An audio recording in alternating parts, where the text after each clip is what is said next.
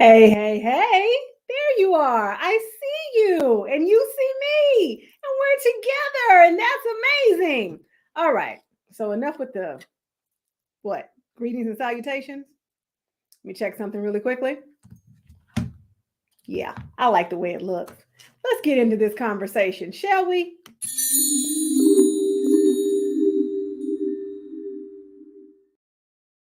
So finally, I'm going to talk to you about me quitting my job for no reason, none whatsoever. And I'm sure some of you are going, wait a minute, what do you mean you quit your job for no reason? Unbeknownst to many people in my life, I was a professor for 11 years. That's not the part that they didn't know. The part that they didn't know is that I quit my job in August of 2021. What?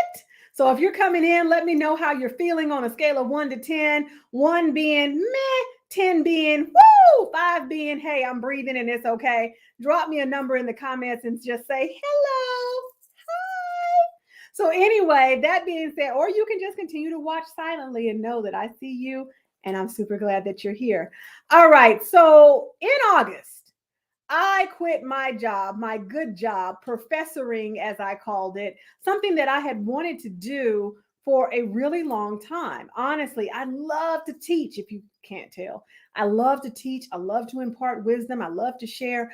I'm one of those people that when I find something that works for me, that I want to go learn more about it so that I can teach others. I feel like it's not fair for me to just teach from a perspective of this is what I did and you can do it too. I want to know how it works and how I can help people that may have varying degrees of whatever situation. And so I go and I study. This is why I have so many coaching certifications, not because I think certifications make you a coach, because yeah, I have my own certification program, but it's cleverly disguised as a business class. Yeah, business and marketing school for coaches.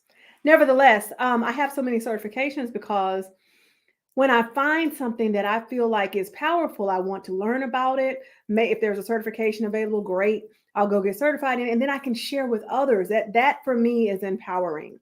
And so when it came to quitting my job, being the good professor, the good college professor, it was a lot. And here goes my nose again. I literally just sat down, got up, blew my nose the whole night, and now it's back. Wait a minute.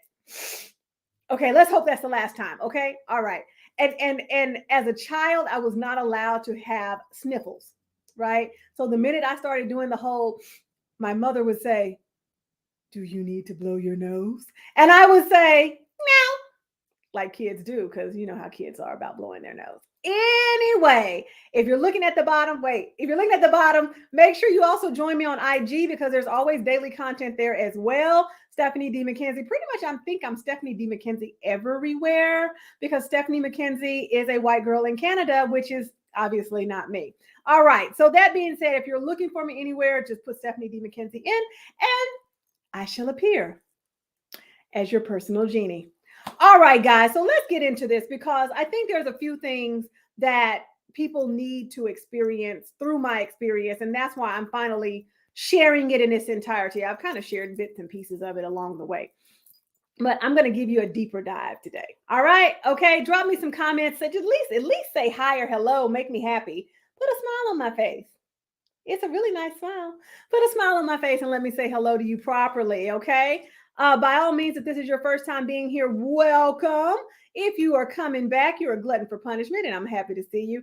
Make sure you check out our playlist, guys. We have had, listen, my first month on YouTube, I did 48 videos, I think at last count.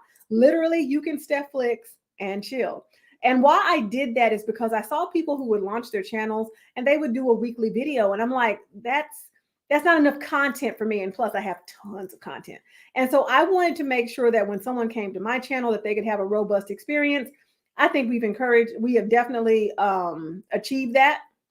And I encourage you to enjoy the fruits of our labor. And by our, I mean my team, my editors, my channel manager, my online business manager, my VA, like everybody, we sharing this success.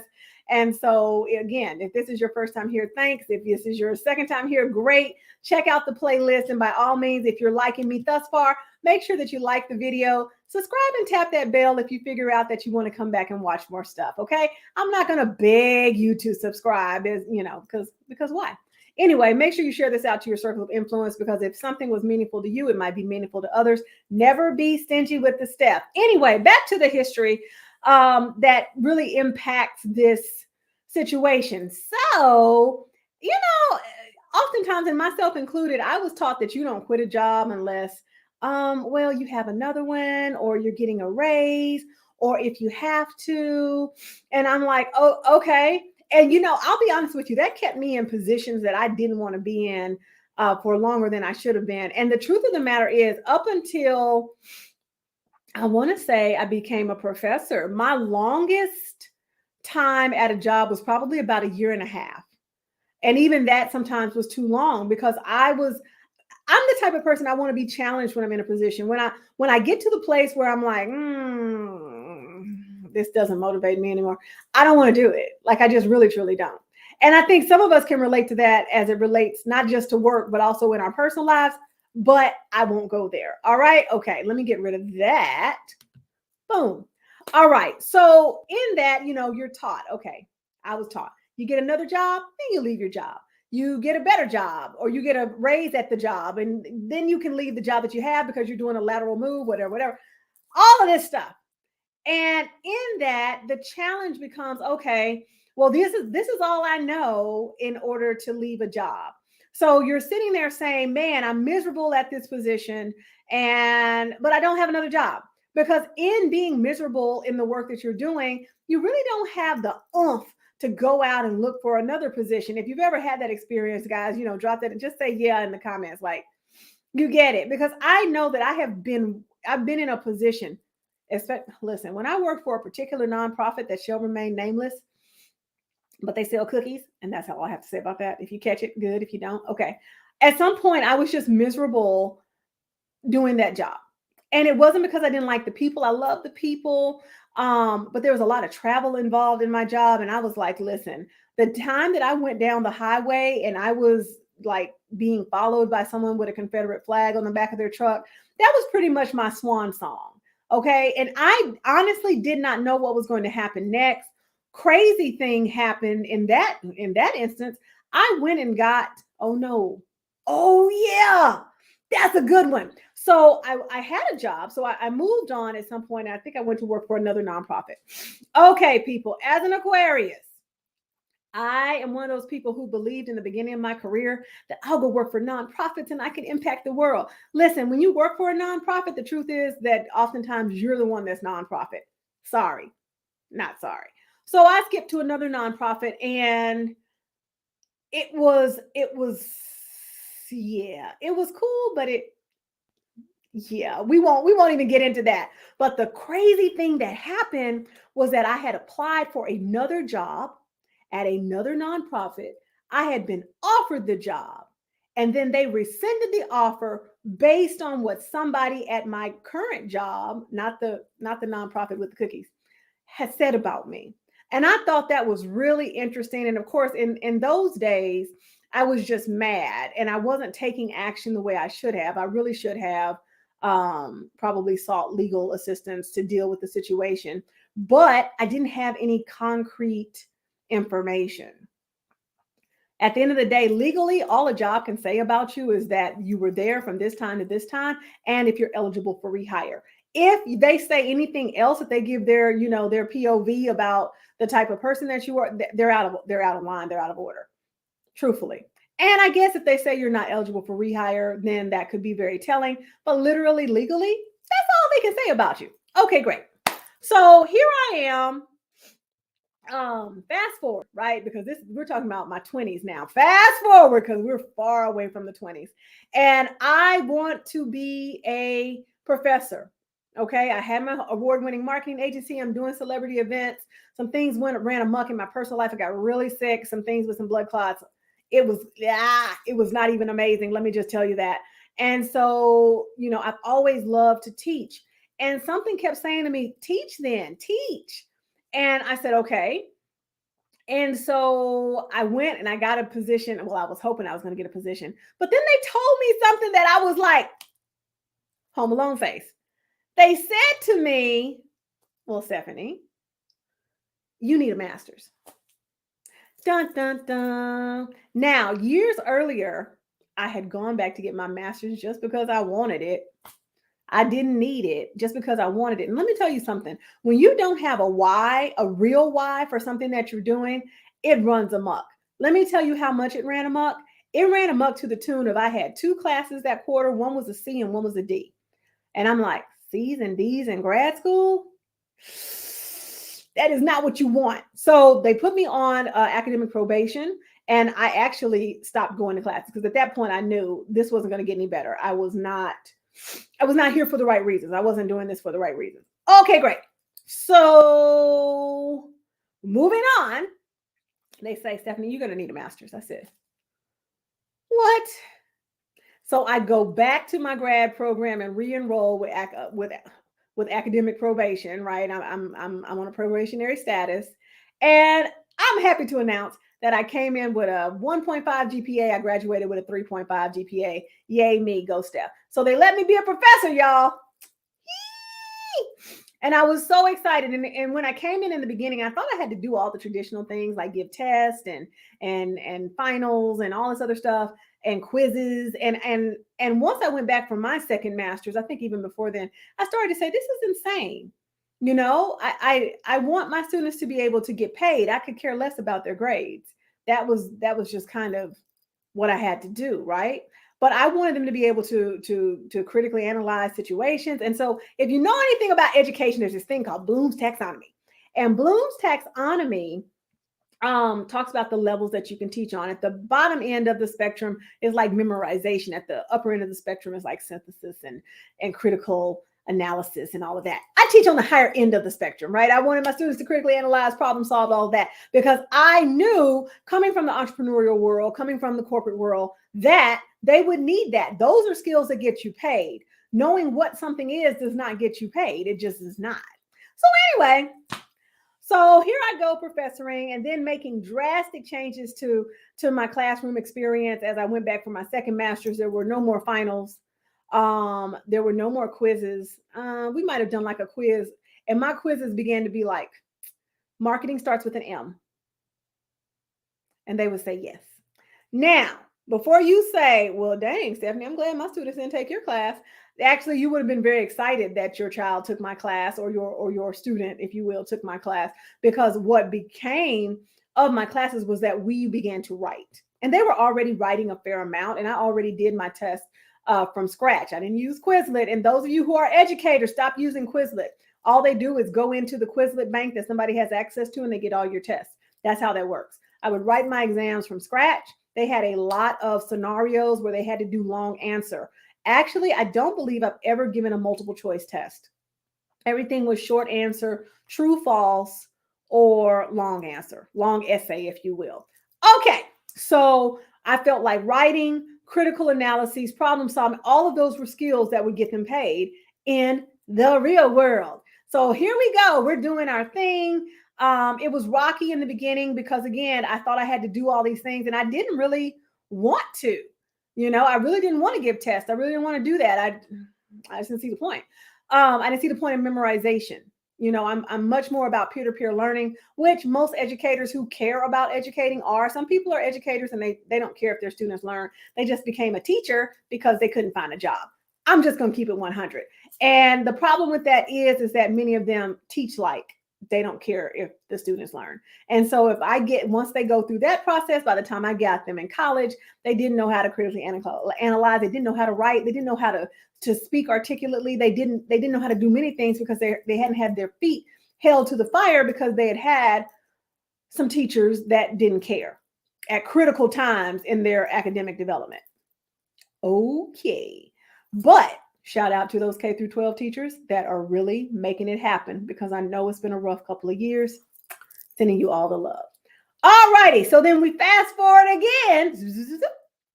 And I became obsessed with healing. Obsessed. I launched a new coaching practice around it. I got certified in integrative nutrition, meditation, mindfulness. I think that's when I started the flexibility training that I so desperately need to get back to. TRX, a lot of health things, a lot of fitness things. I think I also became a fitness instructor during this time. And what that said to me was that my students needed this.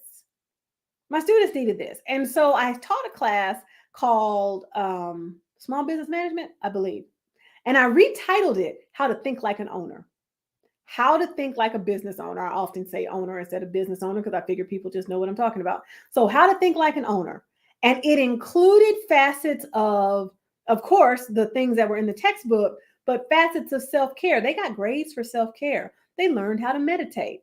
They learned about mindfulness within the confines of productivity, which is why we're going to be launching a new experiment. And for those of you who are interested, you're going to get the details. I want to tell you about it. It's about taking 2-minute micro breaks throughout the workday. I think that's really important. And so we're going to launch an experiment about it. But I began to weave that into my classes. Well, I talked about this on one of the videos. I can't remember which one it was. Boundaries at work, maybe? I don't know. I'll figure it out and we'll put it up there. But though I was giving more to the students and trying to equip them, I felt like I was getting the short end of the stick. I really was. And I would look at my evaluations and my evaluation said I was doing the bare minimum. When the truth of the matter is I was not doing the bare minimum. I was doing more than the bare minimum. I was making sure that I had a robust classroom experience. I was actually making sure that my students didn't even have homework. The reason why I believe that my students didn't need homework is because, one, they were adult learners.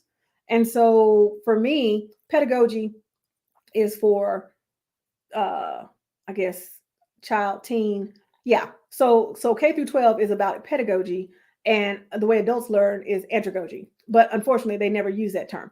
So, but for me, the best thing I could do for my adult learners was respect the fact that they have lives outside the classroom. So I reworked every semester, guys. I'm reworking my learning experience. I'm talking to my students. Hey, did this work for you? No. Okay. How could I have done this better? I'm getting the feedback. Yeah, they do an eval, but you know what? I was secure enough in who I was that I would ask for live feedback, and I would tell them if there was something that they didn't feel comfortable telling me, that they could send an anonymous email or whatever. I was open to it. And so, I finally sat back, and in the last couple of years, it took its toll on me mentally. Nobody knew except those who were close to me that I was really mentally drained, really mentally drained. And I couldn't figure out how I could live in covenant with myself. So one of the things that's a big deal about me, right, is I have what I call self-covenants. Hope you're liking this. By now, you might be ready to subscribe because I'm going to do more of this, okay? So there's more stories, more videos, more how-tos, more why, more. Listen, if you're looking for answers, pretty much this is the place to be so you can make decisions and take action. Everyday empowerment, people. It's all about empowerment. All right, so where was I? So I'm mentally drained and I'm questioning if I'm actually adhering to the covenant that I set for myself. So I have covenants with myself, okay? Promises, I say covenant. Some people say promises. There's a whole video on keeping promises to yourself because it's a thing, right? And while it's so easy to not keep the promises to ourselves, one thing just kept coming to me. Celebrated, not tolerated. Celebrated, not tolerated. Celebrated, not tolerated. Stephanie, are you being celebrated or tolerated? Well, the weird thing was it was both. I was being celebrated by my students and a couple of my colleagues. I was being tolerated by my supervisor and the rest of the department. Because unbeknownst to me, when I came into the organization, I came through a program that basically let me skip through the head of the class. I didn't know that. I just came in. And because my mother, who then also had been a college administrator for 4 decades plus, people thought that maybe someone had pulled strings for me. So they had a little bit of angst. Now, this was all told to me later. I didn't know. And my mother was an administrator in an entirely different college, in an entirely different city, and didn't really commune with most of these people. Nevertheless, so I'm like, I'm celebrated in the classroom. I'm tolerated outside of the classroom. And then I had this business and these businesses, and my clients were celebrating me. And I'm getting noticed in national media and yada da yada da yada da. And I was just like, you know what? This is insane. What are you doing? What are you doing, Stephanie? Because I know that over my career, I've been a whole renegade, guys. I have quit jobs. Oh my God, I quit jobs without another job lined up. Ooh, shocking. I actually quit a job and then moved to another city and didn't have a job there. What? Yeah. Yeah. Because, my philosophy became very quickly that you spend too much time at work not to love it. You spend too much time at work not to love what you do. And I saw people that were doing that. They hated their jobs, but it was a good job. So they kept doing it. And I'm like, guys, do you understand the toll that that takes on you?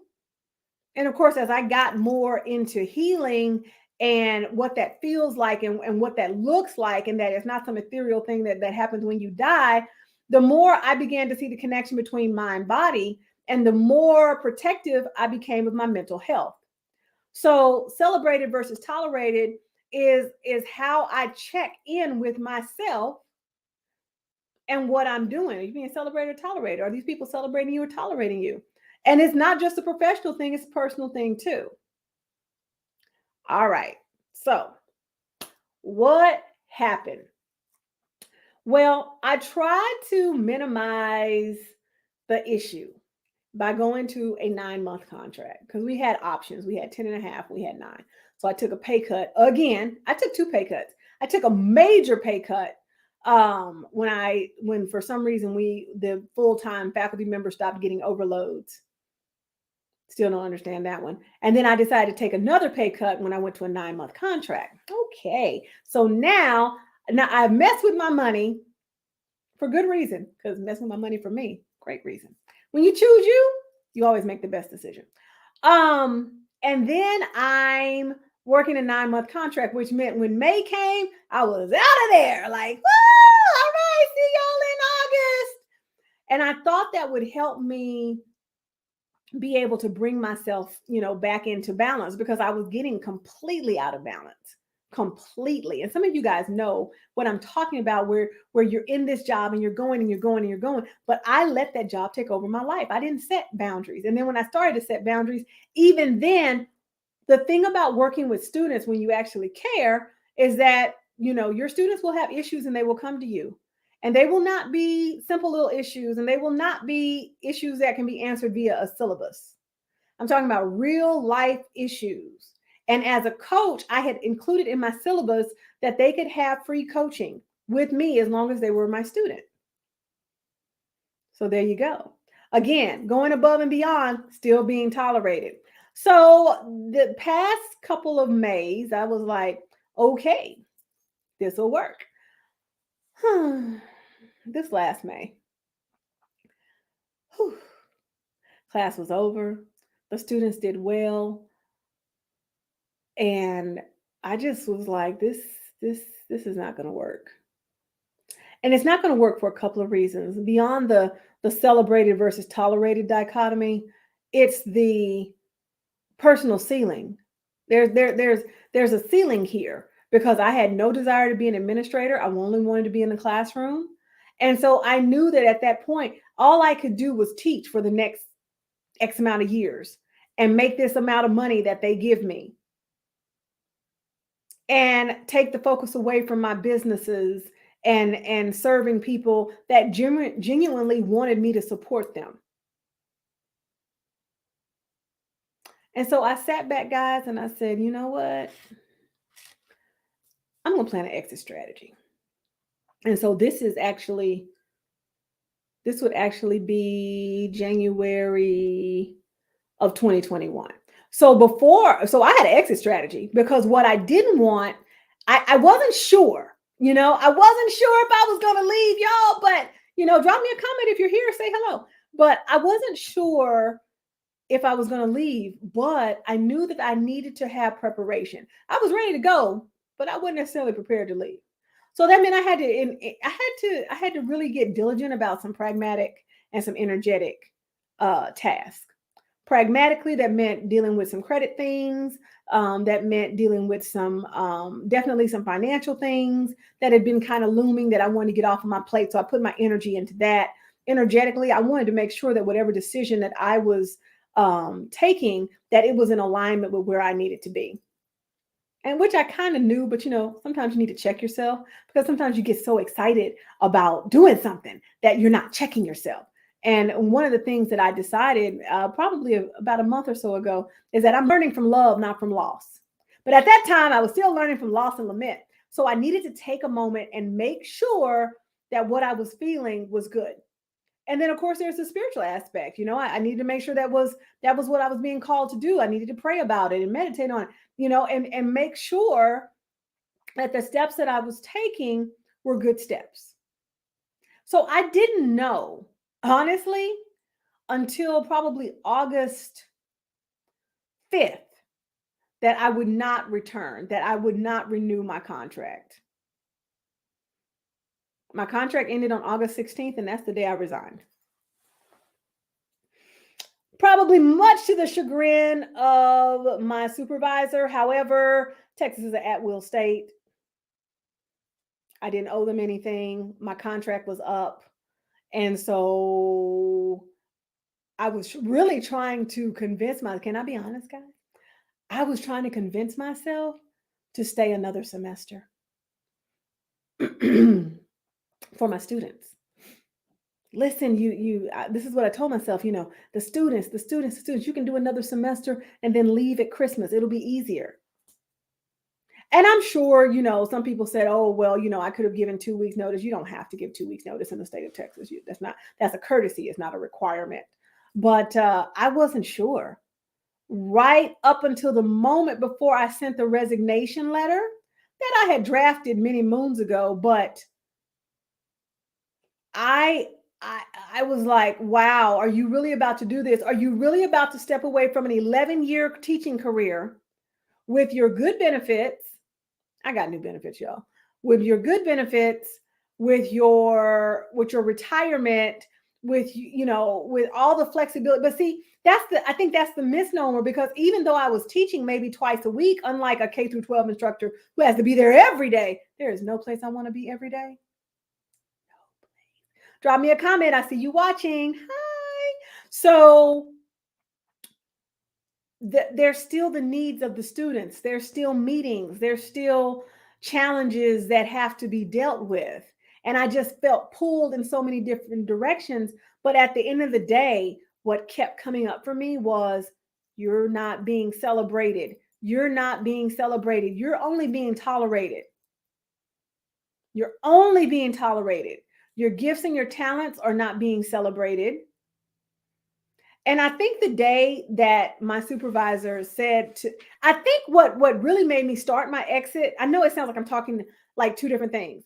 I started my exit strategy the January before I actually resigned, to give myself the option of resigning. But I wasn't clear. I wasn't sure probably until I would say about August 5th. And I wasn't crystal clear until August 16th. And right before I was sending the resignation letter, my mentor called me. I hadn't told anybody. I hadn't talked to my mom. I hadn't talked to my mentor. I hadn't talked to anybody that would try to give me another perspective. I didn't need another perspective. I just needed to be clear. And sometimes you have to silence the voices, right? Because they get to be a lot. Sometimes you just have to silence the voices. So in January, and maybe even December, it may have been December of 2020, an end of the year conversation, or it may have been January, maybe. Anyway, I'm horrible with the passage of time, but this is what happened. I'm having a conversation about the fact that I had a class that didn't make. As a full-time instructor, the policy used to be that our classes they would be filled first.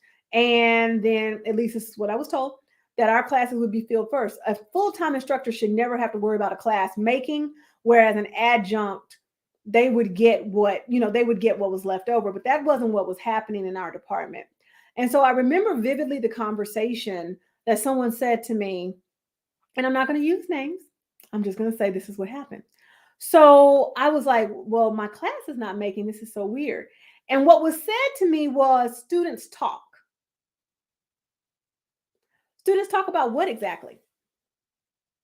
The fact that they don't have homework, the fact that we meditate in class, the fact that we do our homework together and we have robust conversations. And at this point, we're all virtual. So I'm using breakout rooms and other tools and YouTube and all this other stuff, and trying to be innovative in the classroom. What exactly are they talking about?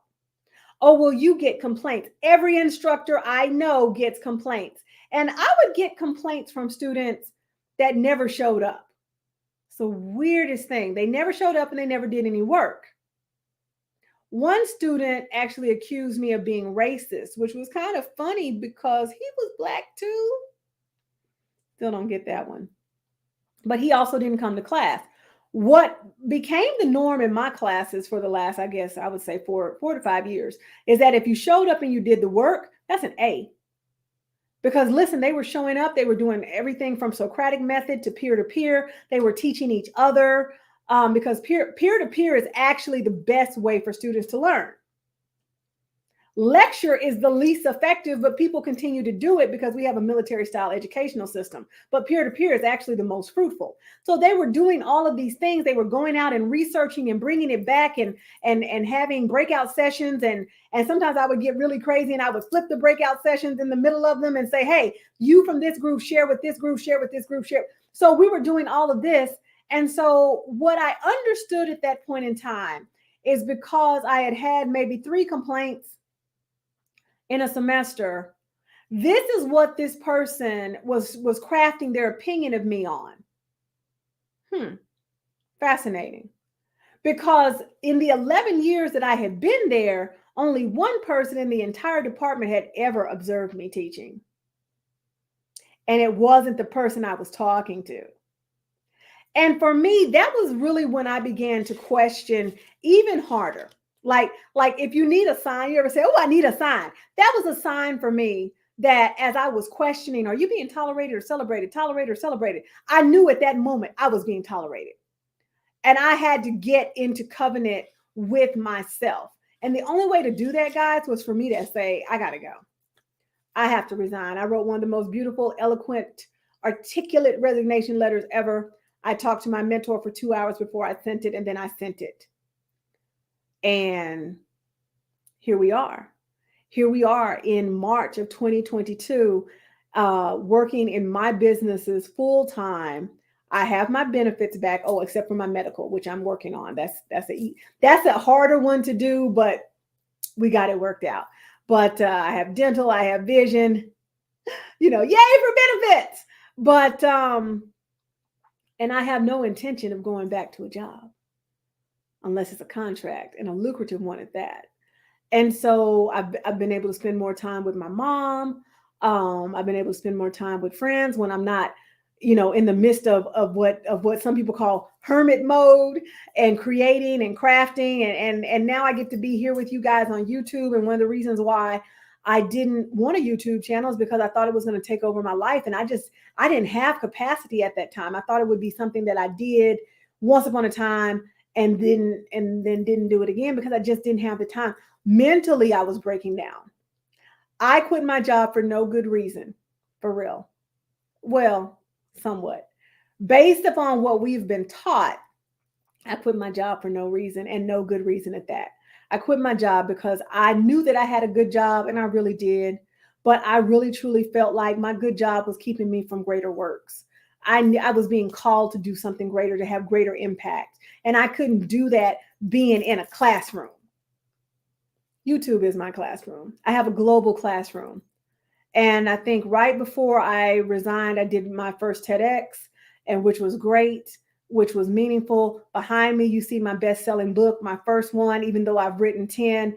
It's been an amazing ride. But what I will say to you out of this story is that you've got to make room. You've got to make room. I'm not telling you to go quit your job, but I am telling you that you need to make room. And if you have to ask a question about anything, celebrated versus tolerated is a great place to start.